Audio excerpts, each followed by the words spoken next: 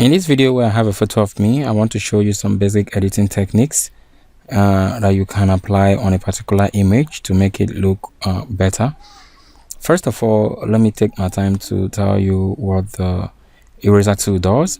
Now the eraser tool, like the name implies, is used to erase a particular part of a rasterized layer that you might not want, and the eraser tool works like the brush tool, where you can select from a list of brush types, a blur brush, a hard brush, like that. And right here I'm going to reset the brushes. I'm quickly going to reset the brushes from here. Now you see the round brush, the soft brush, the hard brush. So if I happen to select the soft brush and I increase the brush size and clean, you discover that it cleans with edges being a kind of transparent. Okay, now that is just what the eraser tool does. I'm going to tell you about what we call the smudge tool. Now what the smudge tool does is it tries to increase the edges of a particular layer, okay, a rasterized layer.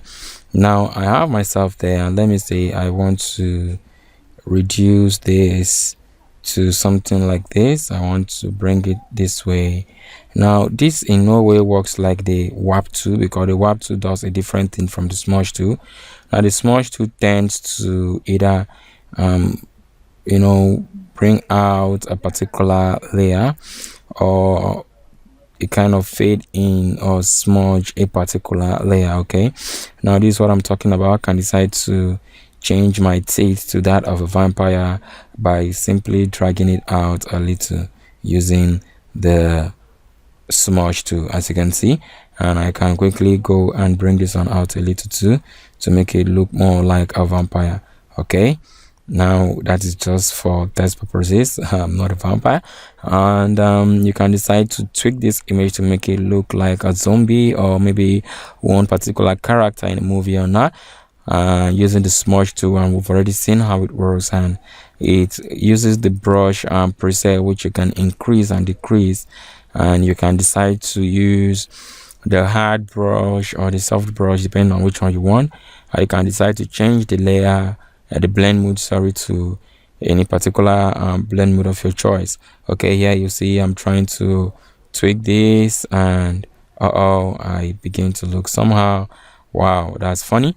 And okay, just play with that and see how it works.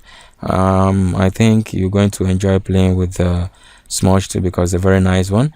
Now let's talk about the sharpen tool. Now the sharpen tool tends to sharpen a blur area, or a particular area that is blur.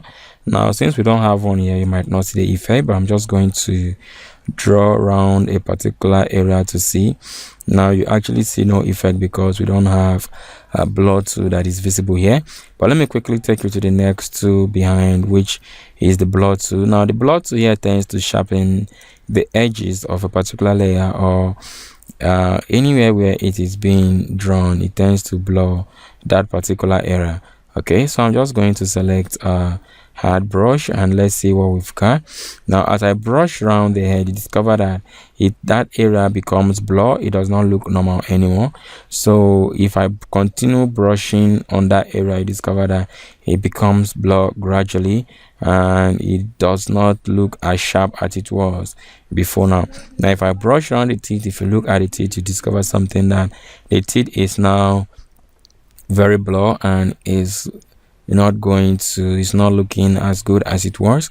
So that is what the blur tool does, and I think the sharpen tool does the opposite of that. Okay, that is where the sharpen tool comes in. Any area where it's blurred, you can use the sharpen tool to sharpen such area to bring it back to its normal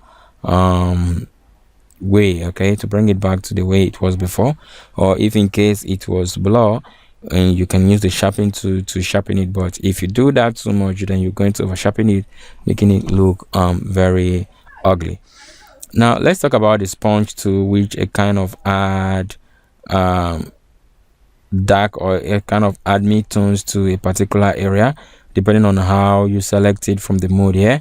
So if you want it to saturate, then any selected area is going to kind of saturate that area with a particular flow. So let me increase it to 100 degrees, and if I drag, you discover that that area I'm dragging is a kind of beginning to change to a particular mid-tone.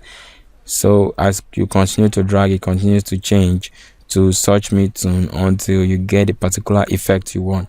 Now I believe you begin to see the changes. You can do it on an image depending on what you want to use the image for.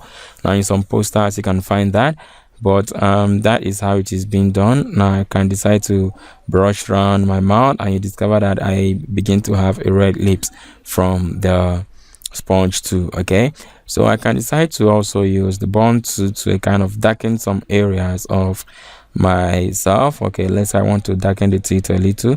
You can decide to use the sponge to do that. You discover that as I brush around the teeth becomes a little dark. It does not turn black completely, but it kind of darkens it a little, leaving you with a very nice effect in some cases. Okay, now let's look at the dodge tool. Now the dodge tool, a kind of undo, has its own job there. Okay, it kind of brightens a layer.